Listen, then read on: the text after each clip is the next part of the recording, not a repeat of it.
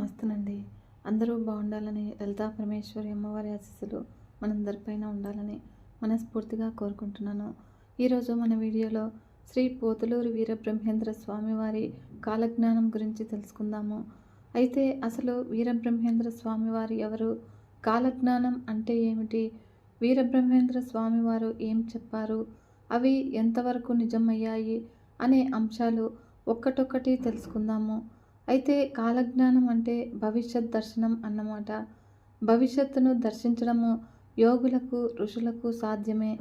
మన పురాణాల పురుషులు సంగతి వదిలేసిన చరిత్రకు అందిన వారిలోనూ ఇలా భవిష్యత్ దర్శనం చేసిన వారు ఉన్నారు.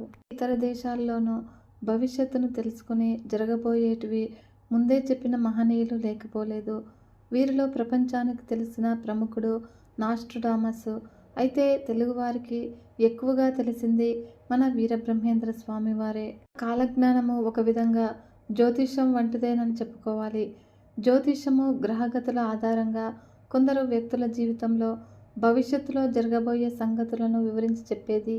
ఈ జ్యోతిష్యంలోనూ అనేక పద్ధతులు ఉన్నాయి. అందులో నాడీ జ్యోతిషము, హస్త సాముద్రికము తదితరాలు ఉన్నాయి. కాలజ్ఞానము జ్యోతిషానికి విభిన్నమైనది. ఇది ఒక దేశ, ప్రపంచ పోకడలను వివరించేది. భవిష్యత్తులో సాంకేతికంగా వచ్చే మార్పులు మరియు ప్రకృతి వైపరీత్యాలు, దేశానికి ఏర్పడే ముప్పులు, పెను విపత్తులు, ప్రముఖ వ్యక్తుల జననము, వారి జీవనము, ఇలాంటి సంగతులను ఎన్నింటినో వివరిస్తూ ఉంటుంది.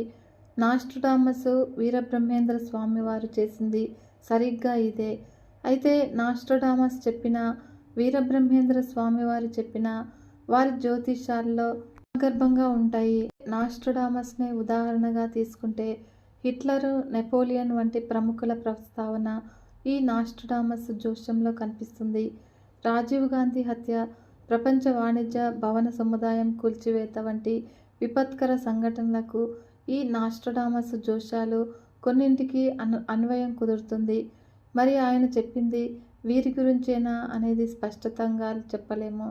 అయితే వీటిని ఎక్కువ మంది నమ్ముతూ ఉంటారు. వీరబ్రహ్మేంద్ర స్వామివారు చెప్పిన వాటిలో కొన్ని సూటిగా ఉంటే మరికొన్నింటికి మనమే అన్వయం కుదుర్చుకోవాల్సి ఉంటుంది. కొన్ని ఇప్పటికే జరిగాయి, ఇంకా కొన్ని ఇక ముందు జరగవలసి ఉన్నాయి. అయితే భవిష్యత్తులో ఉన్న వాటిలో ఎక్కువగా ప్రచారంలో ఉన్న విషయము కృష్ణానది కనకదుర్గమ్మ వారి ముక్కుపుడకను అందుకుంటుందని అనేది. అయితే కృష్ణానది ఇంద్రకీలాద్రి అంత ఎత్తుకు చేరుకునేంతగా ఎగసి పడుతుందా, లేక కనకదుర్గమ్మ ముక్కుపోగు నీటిని చేరుతుందా అనేది మనం ఊహించలేము. ఈ రెండింటిలో ఏదైనా జరిగే అవకాశం ఉంటుంది.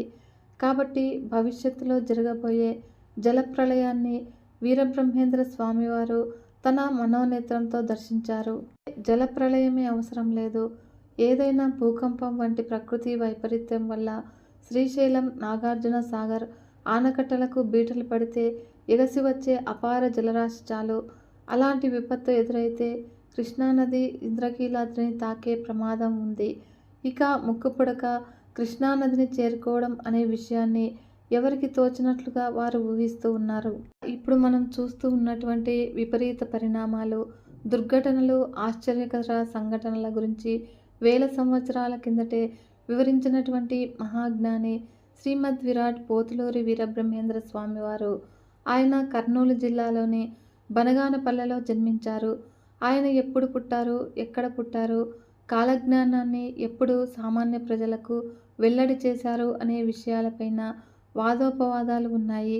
ఏదేమైనా కూడా క్రీస్తు శకము 1600-1610 మధ్యలో ఆయన జన్మించి ఉండవచ్చునని కొందరి అంచనా. పోతులూరి వీరబ్రహ్మేంద్ర స్వామివారి జీవితంలో ఎన్నో మహిమలు ప్రదర్శించినట్లు చెబుతారు. అయితే ఈ మహిమలు నిజంగా జరిగాయా లేదా అని తర్కించే వారి విషయం పక్కన పెడితే, ఆయన చెప్పినటువంటి కాలజ్ఞానం మాత్రము భవిష్య సూచికగా అత్యధిక శాతం హిందువులు నమ్ముతారు.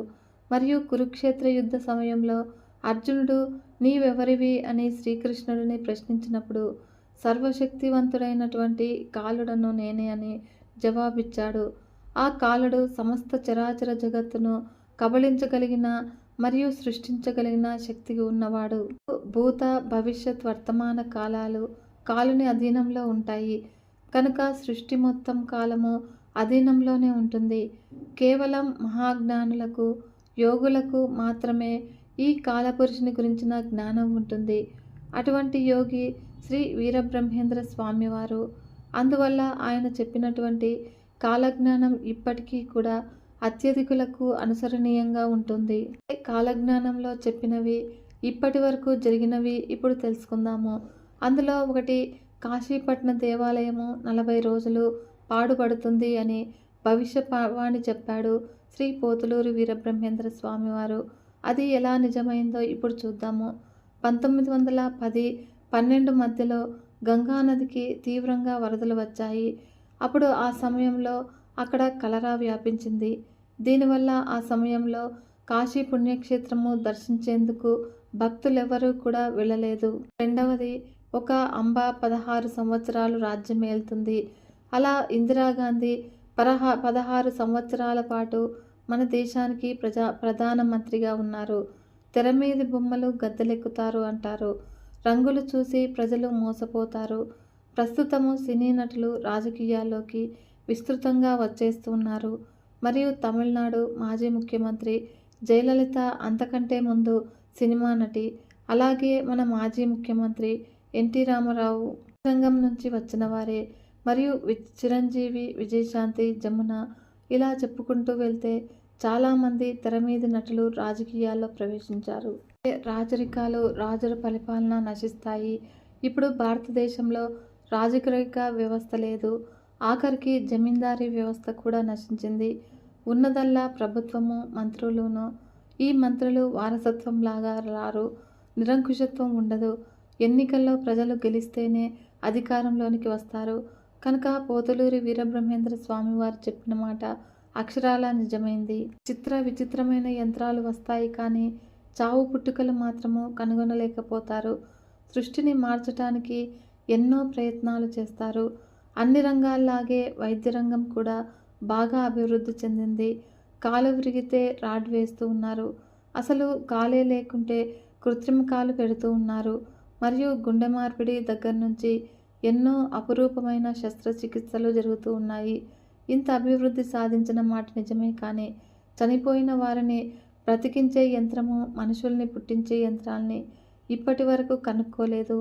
బహుశా భవిష్యత్తులో కనుగొనరేమో, నమ్మకం కూడా లేదు. రావణ కాష్టమున కల్లోలము చెలరేగి దేశాన్ని అల్లకల్లోలం పెడతాదని రావణుని దేశం కంటే శ్రీలంకలో తమిళులు, శ్రీలంక వాసుల మధ్య జాతి కలహాలు మొదలయ్యాయి. చివరికి ఆ వైరమే భారత ప్రధాని రాజీవ్ గాంధీని బలికొన్న విషయము మనందరికీ కూడా తెలిసిందే. వీరబ్రహ్మేంద్ర స్వామివారు తన కాలజ్ఞానంలో చెప్పినవన్నీ కూడా చాలా వరకు నిజమయ్యాయి. ఇక వీరబ్రహ్మేంద్ర స్వామివారి గురించి, ఆయన జీవిత చరిత్రను గురించి తెలుసుకుందాము.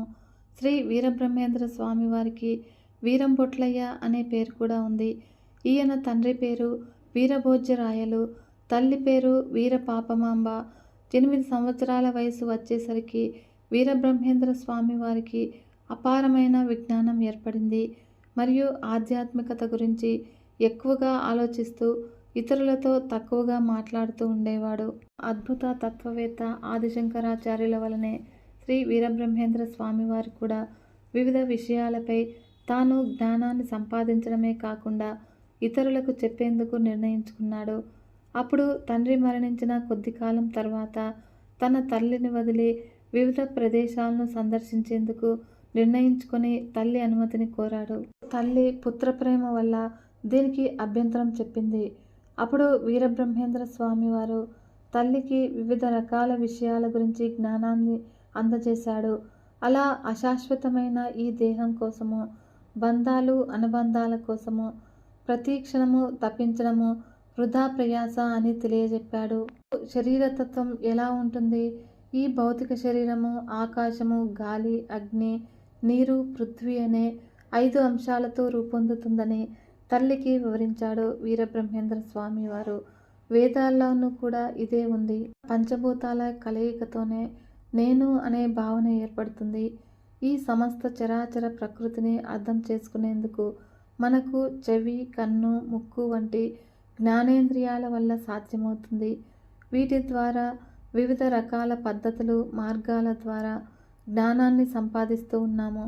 అయితే వీటన్నిటినీ సమగ్రంగా అర్థం చేసుకోవడానికి ఉపయోగపడే తత్వమే నేను లేదా అహం అనేది. అలా మనం సంపాదించే విషయ పరిజ్ఞానాన్ని మొత్తాన్ని కూడా మన మేధస్సుకు అర్థమవడానికి కారణము తత్వమే అవుతుంది. ఈ పంచాంశాల వల్ల కామ, క్రోధ, మోహాలు కలుగుతాయి. ఇవి ఎక్కువ తక్కువగా ఉన్నప్పుడు ఆ జీవుడు లేదా బుద్ధి ఆ దిశగా చలిస్తూ ఉంటుంది. కనుక ఆత్మ అనేది నిమిత్త మాత్రంగా ఉంటూ అన్నిటినీ గమనిస్తూ ఉంటుంది. ఏది మంచిదో ఏది చెడ్డదో చెప్పడం వరకే దాని బాధ్యత. అంతేకాని తప్పనిసరిగా నువ్వు ఈ దిశలో వెళ్ళు అని ఆదేశించదు. అలా ఈ విషయము బుద్ధి అధీనంలో ఉంటుంది. బుద్ధి కర్మ అధీనంలో ప్రవర్తిస్తుంది. అందుకే బుద్ధి కర్మానుసారిణి అని పెద్దలు చెప్తూ ఉంటారు. కాబట్టి భౌతికంగా ఎంతటి గొప్పవాడైనా కూడా కర్మ నుండి తప్పించుకోలేదు. శ్రీకృష్ణుడు అంతటి మహాయోగి చివరికి ఒక బోయవాని బాణపు దెబ్బకు అడవిలో మరణించాడు. ఈ విషయాన్ని ఎవరు గ్రహిస్తారో, పరమబ్రహ్మను ఎవరు ధ్యానిస్తారో వారికి దుఃఖము తగ్గుతుంది అని తల్లికి వివరించాడు. వీరబ్రహ్మేంద్ర స్వామి తర్వాత ఈ జనన మరణ చక్రాన్ని శాశ్వతంగా వీడిపోయేందుకు, మోక్షాన్ని సాధించేందుకు, పరబ్రహ్మను చేరుకునేందుకు ధ్యానం ఒక మార్గం అని చెప్పాడు. ఈ బ్రహ్మంగారు చేసే కొన్ని పనులు వినేందుకు చాలా విచిత్రంగా ఉండేవి. ఆయన ఒకవైపు కొండ గుహలో కూర్చొని కాలజ్ఞానం రాస్తూ ఉండేవారు. మరోవైపు పశువుల కాపరిగా తన బాధ్యతను నిర్వర్తించేవారు. తల్లిని వదిలి పుణ్యక్షేత్రాలు చుట్టి వచ్చేందుకు బయలుదేరినటువంటి వీరబ్రహ్మేంద్ర స్వామివారు బనగానపల్లెకు చేరారు. ఆ రోజు పగలంతా ప్రయాణం చేయడంతో బాగా అలసిపోయారు. అప్పుడు రాత్రికి ఆ ఊరిలోని ఒక ఇంటి వద్దకు చేరారు. నిద్రా సమయం ఆసన్నం కావడంతో అక్కడున్నటువంటి అచ్చమ్మ అనే స్త్రీ ఇంటి ముందు ఉన్న అరుగుపైన నిద్రకు ఉపక్రమించారు. మరుసటి రోజు ప్రొద్దున్నే అచ్చమ్మ గారు తన ఇంటి అరుగు మీద పడుకున్నటువంటి శ్రీ వీరబ్రహ్మేంద్ర స్వామివారిని చూశారు. ఈ సన్యాసి ఎవరు అని కుతూహలం కలిగి ఆయనను వివరాలు అడిగారు.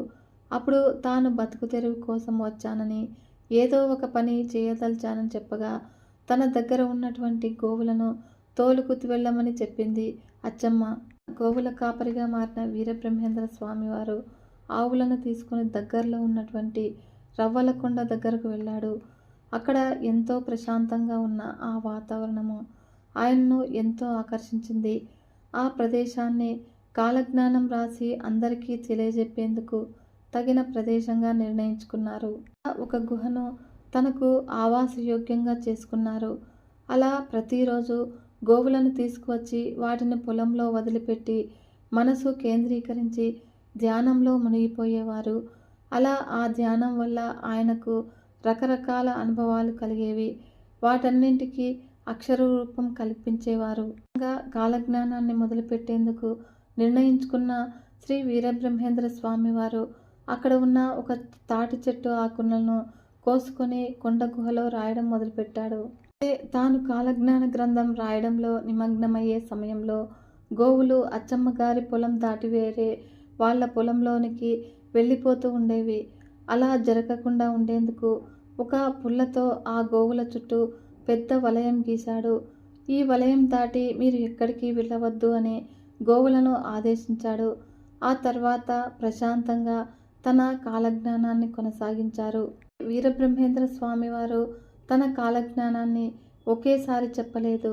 రకరకాల సందర్భాల్లో వేరువేరు వ్యక్తులకు తెలియజెప్పారు. అంతేకాకుండా చాలా భాగాన్ని ఒకచోట పాతిపెట్టారు. ఆ తర్వాత దానిపైన చింత చెట్టు మొలిచింది.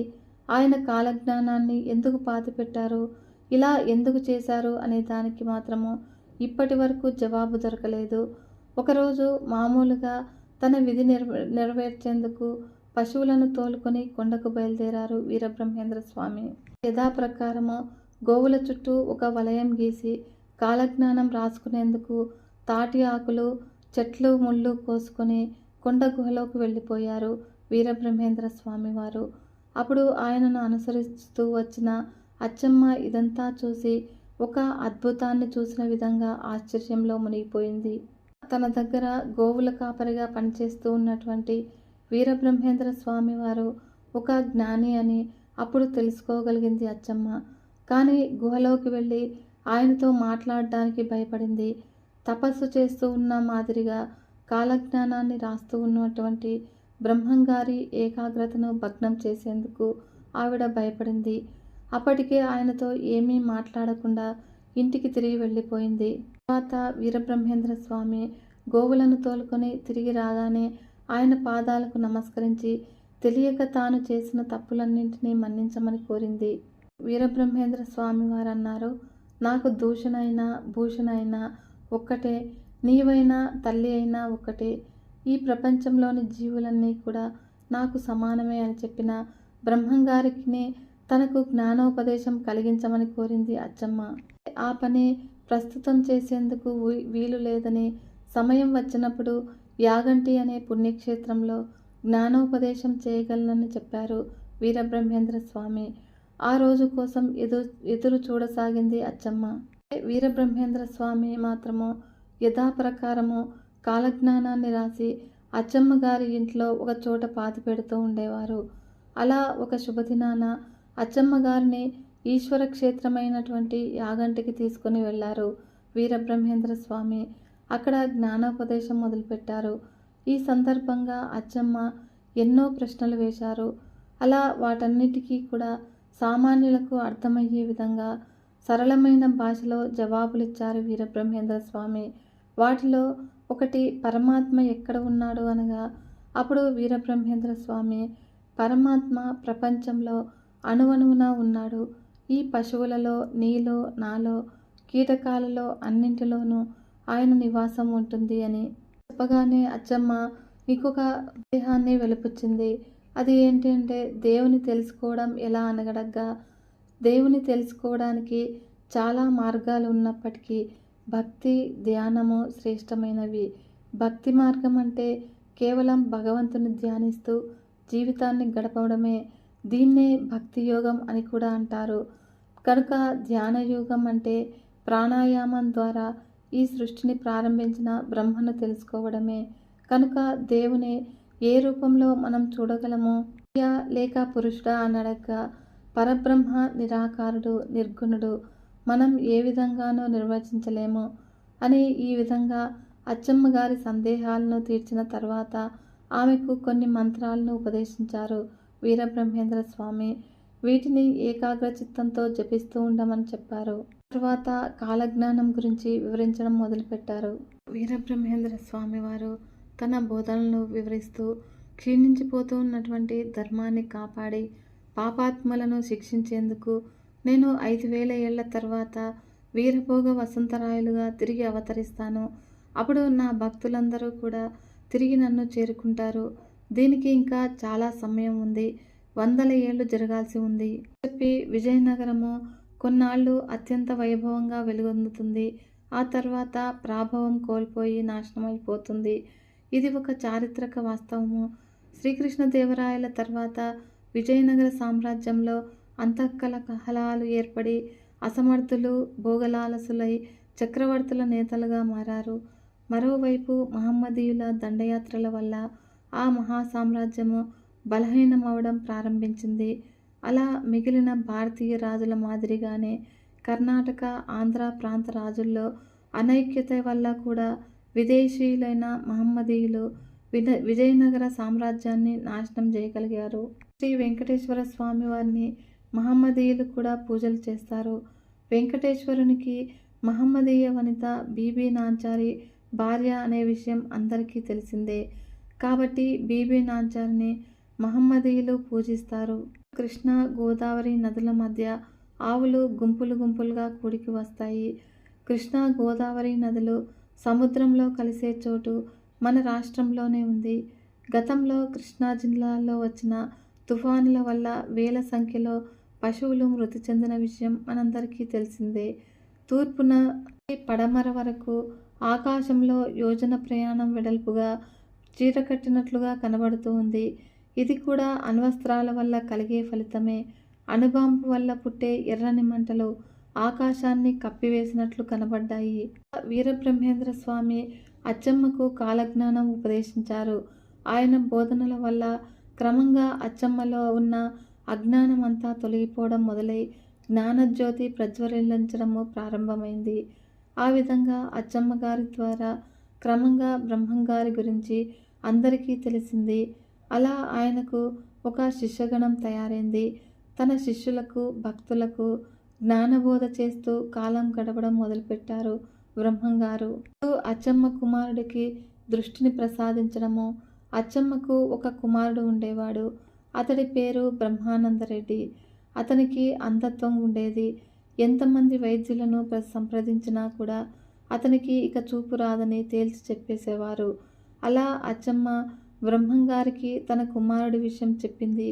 అప్పుడు అతనికి పూర్వజన్మ కర్మం వల్ల చూపు పోయిందని ఆయన చెప్పారు. అప్పుడు దృష్టి తెప్పించమని అచ్చమ్మ అడగ్గా తగిన సమయంలో ఆ పని చేస్తానని, అప్పటి వరకు ఓపిక పట్టమని బ్రహ్మంగారు సూచించారు. ఒకసారి అన్నాజయ్య అనే దైవభక్తిపరుడు బ్రహ్మంగారి మఠానికి వచ్చారు. ఆయనకి తన కాలజ్ఞానం వివరించాలని నిర్ణయించుకున్నారు.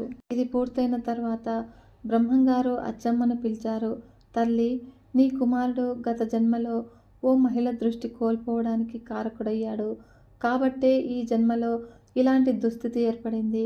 అయినప్పటికీ నేను అతనికి తిరిగి దృష్టిని ప్రసాదించగలను అని అన్నాడు. ఆ తర్వాత బ్రహ్మానందరెడ్డిని అతని నేత్రాలను స్పృశించారు. అప్పుడు బ్రహ్మానందరెడ్డికి అప్పటి నుంచి కళ్ళు మళ్ళీ కనబడడం ప్రారంభమైంది.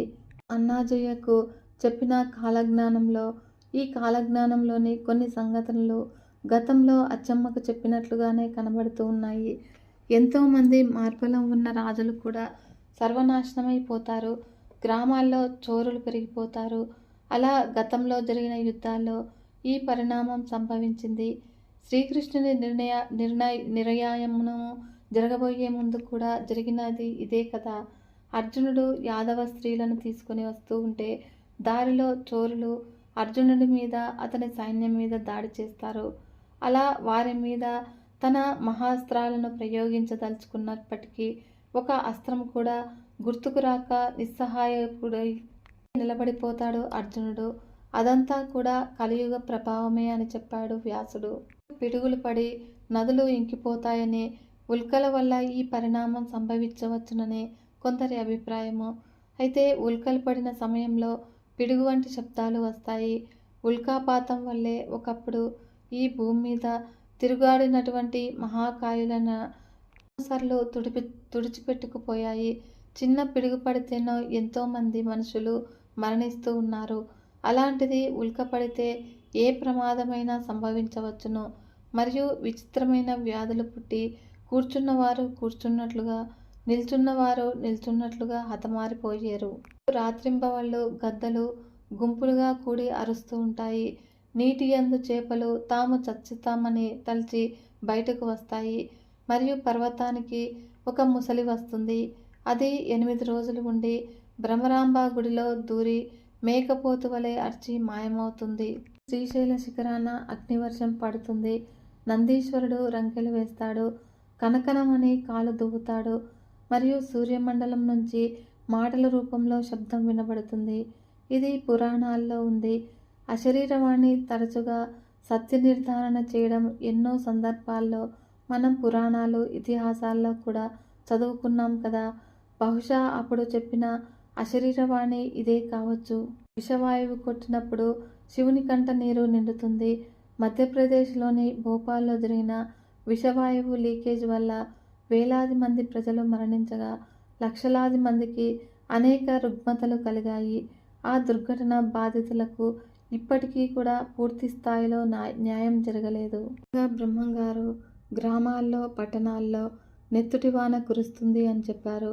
అలా రక్తం మాదిరిగా ఎరుపు రంగులో వానలు పడటం కొన్ని ప్రాంతాల్లోని ప్రజలు చూశారు. వివిధ రసాయనాలు, వాతావరణ కాలుష్యం కారణంగా ఎరుపు రంగు వర్షం పడుతుందని శాస్త్రజ్ఞులు నిర్ధారించారు. మరియు సూర్యుడు, చంద్రుడు ఉన్నంత వరకు నా మఠానికి పూజలు జరుగుతూనే ఉంటాయి. నా మఠానికి ఈశాన్యం వైపు ఒక చిన్నదానికి చిన్నవాడు పుడతాడు అని, అతడు నేనే, భగవంతుడను, నన్ను పూజించండి అని పలుకుతాడు. నెల్లూరు సీమ మొత్తము కూడా నీట మునిగి ఉంటుంది. తుఫాను సమయంలో నెల్లూరు మొత్తము జలమయం అవటము అనేక సంవత్సరాలుగా మనకు తెలుసు కదా. మరియు నవాబు కాలజ్ఞానం వినిపించిన శ్రీ వీరబ్రహ్మేంద్ర స్వామివారు జ్ఞానం గురించి, మహిమల గురించి బనగానపల్లె నవాబు విన్నాడు. అతనికి నమ్మకం కలగలేదు. అందులో ఎంత నిజం ఉందో తెలుసుకోవాలి అని అనుకున్నాడు. అప్పుడు పోతులూరి వీరబ్రహ్మేంద్ర స్వామివారు చెప్పేవి సత్యాలో కాదో తేల్చుకోవాలని నిర్ణయించుకున్నాక తన భటుల చేత బ్రహ్మంగారిని పిలిపించాడు. అప్పుడు ఆయనకు ఎదురు వెళ్ళి నమస్కారం చేసి స్వాగతం పలికాడు. ఆ తర్వాత ఆయనను ఒక ఆసనంపై కూర్చోబెట్టారు. నవాబు తన సేవకుడిని పంపి స్వామివారు తినేందుకు పండ్లు, పలహారాలు తెప్పించాడు. అందులో మాంసాహారం పెట్టి తీసుకురమ్మని ముందుగానే పురమాయించాడు నవాబు.